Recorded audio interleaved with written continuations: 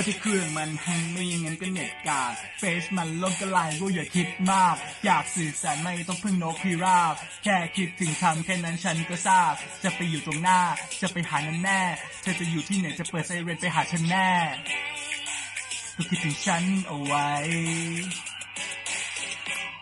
ไม่ได้อยากถามแต่แค่อยากรู้ว่าเธอยังรักฉันไหมอยู่ไกลแค่นี้แต่เหมือนเธอนั้นห่างไกลแสนไกลใจเธอวันนี้ไปเป็นของใครถ้าไม่เจออยากอธิษฐานให้ปาฏิหาริย์วันนั้นกลับมาได้ไหม